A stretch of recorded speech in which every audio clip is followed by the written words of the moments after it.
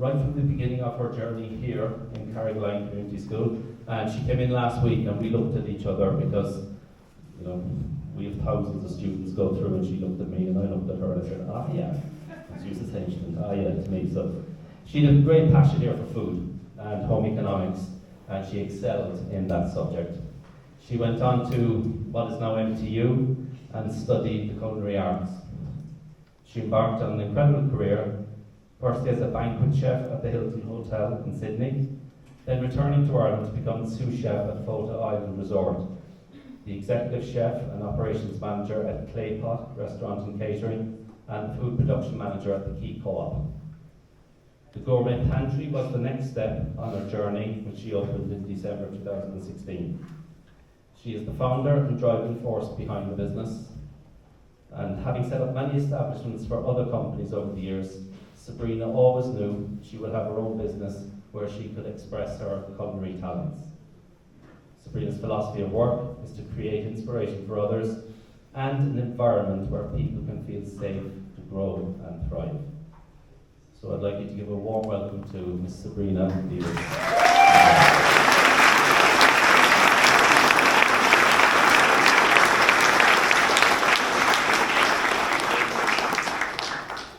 Thank you. I would like to thank Mr. Burke, Mr. Murphy, in accepting this award tonight. It's really an honour to be accepted in the Hall of Fame alongside accomplished past students. I asked Mr. Murphy what would I need to do. He said, just say a few words. I said, oh, a speech is it? I thought to myself, my worst nightmare. Public speaking is way to my comfort zone. So I just want to apologise in advance if I make a fool of myself. I was thinking of the speech and what I was going to say.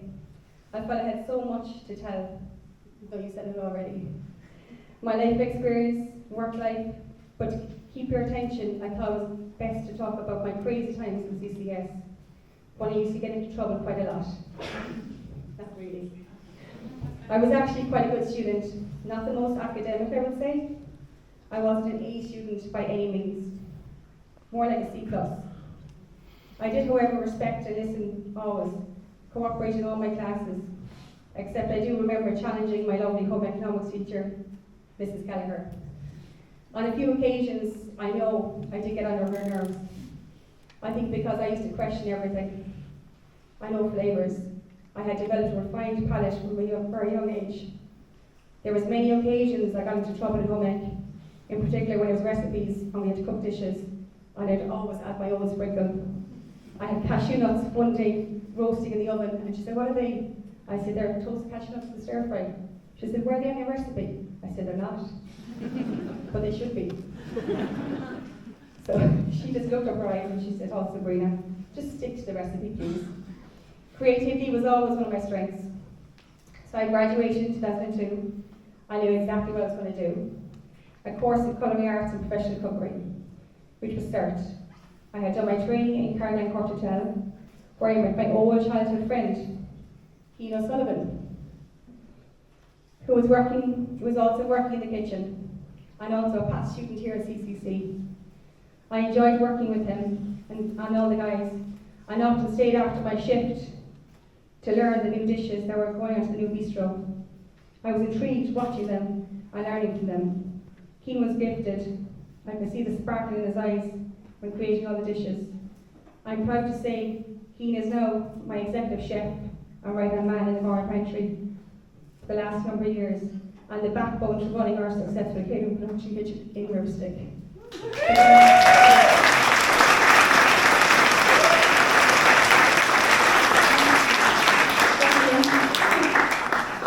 After Carrigaline Court Hotel, I done a stint in the Imperial Hotel, where I began to run pastry kitchen. This was my dream. My mentor and lecturer in college, Mr. McNamee, he was very fond of me. In college, let's just say, he kept it real. He was tough, but fair, and always drove me on. He could see I was different. I was serious and passionate. To my classmates, he wanted me for his kitchen. I felt honoured. I felt respected. I remember preparing for the days for the gala nights in the City Hall, feeding over 2,000 people. It was relentless, hard work, but I loved every minute of it. I knew this is what I was going to do for the rest of my life. I was born to do it. I didn't see it like a job. I loved it so much. So in 2004, Sydney was calling. I went with my boyfriend at the time, I'm proud to say husband, Paul Morley.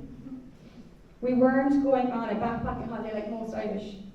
We were going to work, learn, make money, come home to set up a food business. I was always very focused. I had my goals set.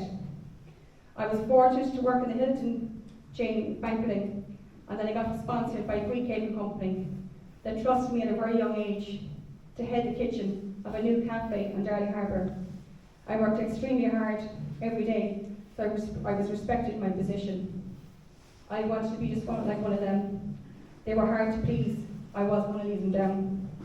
I was designing my own menus at 21, hiring baristas, staff for the cafe.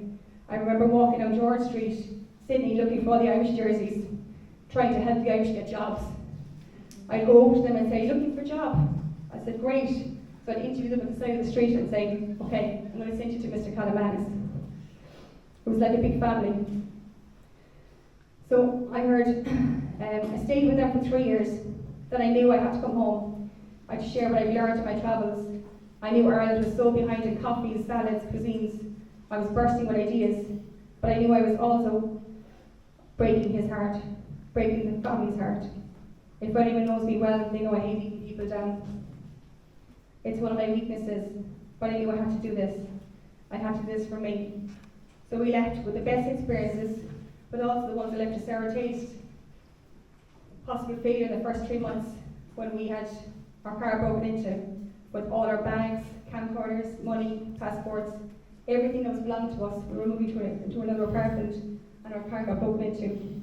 All we had was just our clothes on us. We lost 2 apartments, we lost all our money. But we persevered, we never gave up. We kept fighting and we kept driving on.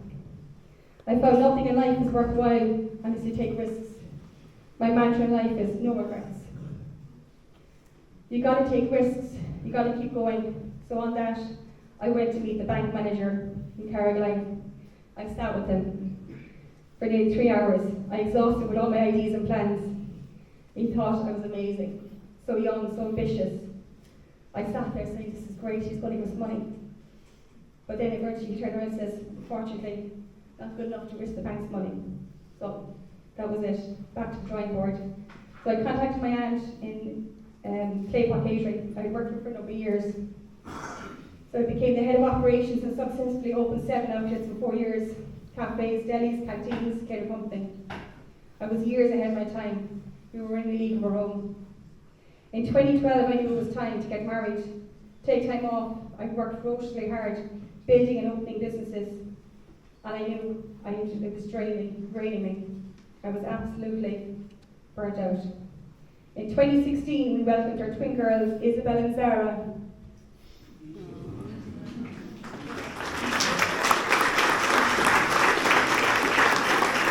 They were miracles.